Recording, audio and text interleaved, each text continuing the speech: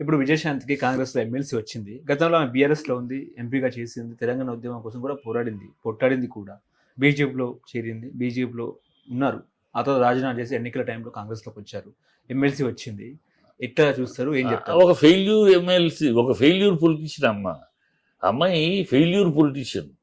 She not a successful politician. Proved failure. అలంకారప్రియమైన వ్యక్తే కానీ అలంకారానికి తప్పితే ఆ అమ్మాయి విషయానికి పనికిరాదు.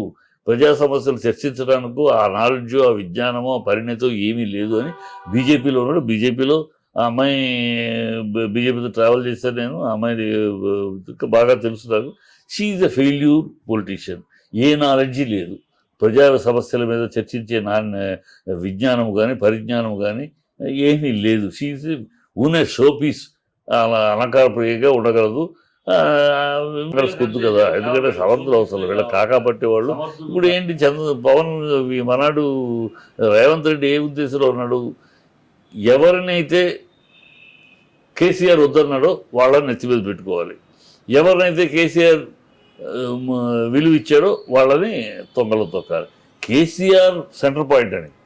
కేసీఆర్ గద్దర్ని కాదన్నాడు. గద్దర్కి ఇంటర్వ్యూ ఇవ్వలేదు కనుక గద్దర్ పేరు మీద అవార్డులు. ఔచిత్యం ఉందా? గద్దర్కి సినిమా ఫీల్డ్కి సంబంధం ఏంటి? ఏదో ఒకటి అలా పాటలు రాశాడు. గద్దర్ కన్నా శ్రీశ్రీ గారు గొప్ప పాటలు రాశారు. శ్రీశ్రీ గారి పేరు మీద ఇవ్వచ్చు కదా మరి. అలా అనుకుంటే ప్రజా కవి అనుకుంటే శ్రీశ్రీ కన్నా కాదు కదా గద్దర్ ఇచ్చారు. గద్దర్ పేరు మీద ఇవ్వాలంటే స్పెషల్ అవార్డు ఇస్తారు ఎవరన్నా. ఒక దాదాసాహెబ్ ఫాల్కే అవార్డు లాగాను అలాగే ఆయన పేరు మీద ఒక ప్రత్యేక అవార్డు ఇచ్చి గౌరవిస్తారు. ఆయన పేరు మీద ప్రతి సంవత్సరం ఒక ప్రత్యేక అవార్డు. ఆయన మీద నంది అవార్డులు ఏంటి? అన్ని అవార్డులు ఆయన పేరు మీద ఏంటి? ఆయనే తిరస్కరించాడు. రాజ్యాంగం నంది అవార్డు ఇస్తే వద్దన్నాడు ఆయన. బుల్లెట్ తోట కానీ బ్యాలెట్ తోటి కాదు అని నమ్మి ఆయన ఒక సిద్ధాంతాన్ని నమ్మి కట్టుబడి ఉన్నాడు. ఆ సిద్ధాంతం మీద నువ్వు ఆయన పేరు మీద అవార్డు ఇస్తే మిగతా వాళ్ళు మిగతా ఆ సిద్ధాంతాన్ని అంగీకరించిన వాళ్ళు తీసుకుంటారా? తీసుకోవాలా?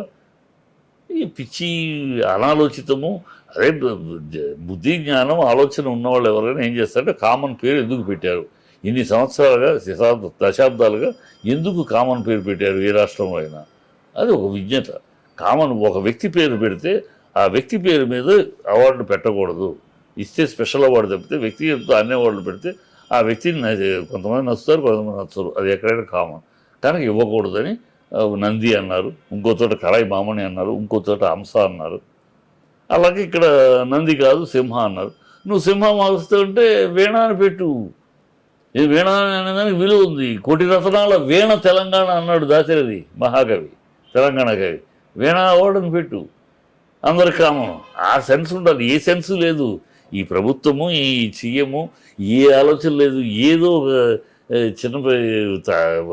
చిన్నపిల్లల ఆటలాగా అతనికి ఒక ఆట వస్తువు దొరికినట్టు పదవి దొరికింది అంతే. ఆడుకుంటున్నాడు. చిన్నపిల్లలు మరి గద్దర్ అవార్డు ఎవరన్నా ఒక సిద్ధాంతాన్ని కట్టుబడి ఉన్నవాడు తీసుకోరమ్మా. మా సినిమా వాళ్ళు ఎలా ఉంటే ఎక్కడ ఎవడికి ఎప్పుడు ఎవడ అధికారులు ఉంటే వాళ్ళు కాళ్ళు పిస్తటానికి తయారు. గతంలో లాగా లేదు. గతంలో ఒక దాసనారాయణరావు, రామనాయుడు గారు, ఒక ఎంఎస్ రెడ్డి గారు, డివి నటరాజు గారు, డివిఎస్ రాజు గారు ఉన్న రోజుల్లో ఒక పకడ్బందీగా ఒక గౌరవ సినిమా ఫీల్డ్, దీనికి ఒక స్థాయి, దీనికి ఒక విలువ ఉండేది. ఇప్పుడు ఉన్న వాళ్ళంతా ఏముంది? ఎవడ అధికారి ఉంటే వాళ్ళ కాళ్ళ దగ్గర కూర్చుంటూ వాళ్ళ కాళ్ళు పట్టుకు పిసుకుంటూ కానీ ఏది అసలు మాట్లాడరు. అంగీకరించి భయం. మన ఆస్తులు కొలగొడతారేమో, మన ఆస్తులు కూలుస్తారేమో, ఈ భయందోళన తప్పితే వీళ్ళకి అసలు ఇది ఎలాగో కరెక్టా ఆయన చర్చించుకుంటాం కానీ కరెక్టా అని ప్రశ్నించటం కానీ ఆ ధైర్యాన్ని కోల్పోయింది ఈ సినిమా ఫీల్డ్. వాళ్ళ పెద్దలు లేరు, పెద్దలకాయ లేరు. అందరూ వాళ్ళ అవసరాలకి ఇవాళ నీ కాళ్ళు పట్టుకుంటారు, రేపు నా కాళ్ళు పట్టుకుంటారు, రేపు నువ్వు ఇన్ఫర్మేషన్ మినిస్టర్ అయితే నీ కాళ్ళు పట్టుకుంటారు. ఆ స్థాయికి చేదేరిపోయింది. కనుక ఇవాళ తీసుకుంటారంటే దానికి సమాధానం లేదు. తీసుకుంటే ఖచ్చితంగా తీసుకోవాలి. సిగ్గుసరం లేని స్థితిలో ఉన్నాం కనుక తీసుకుంటారు.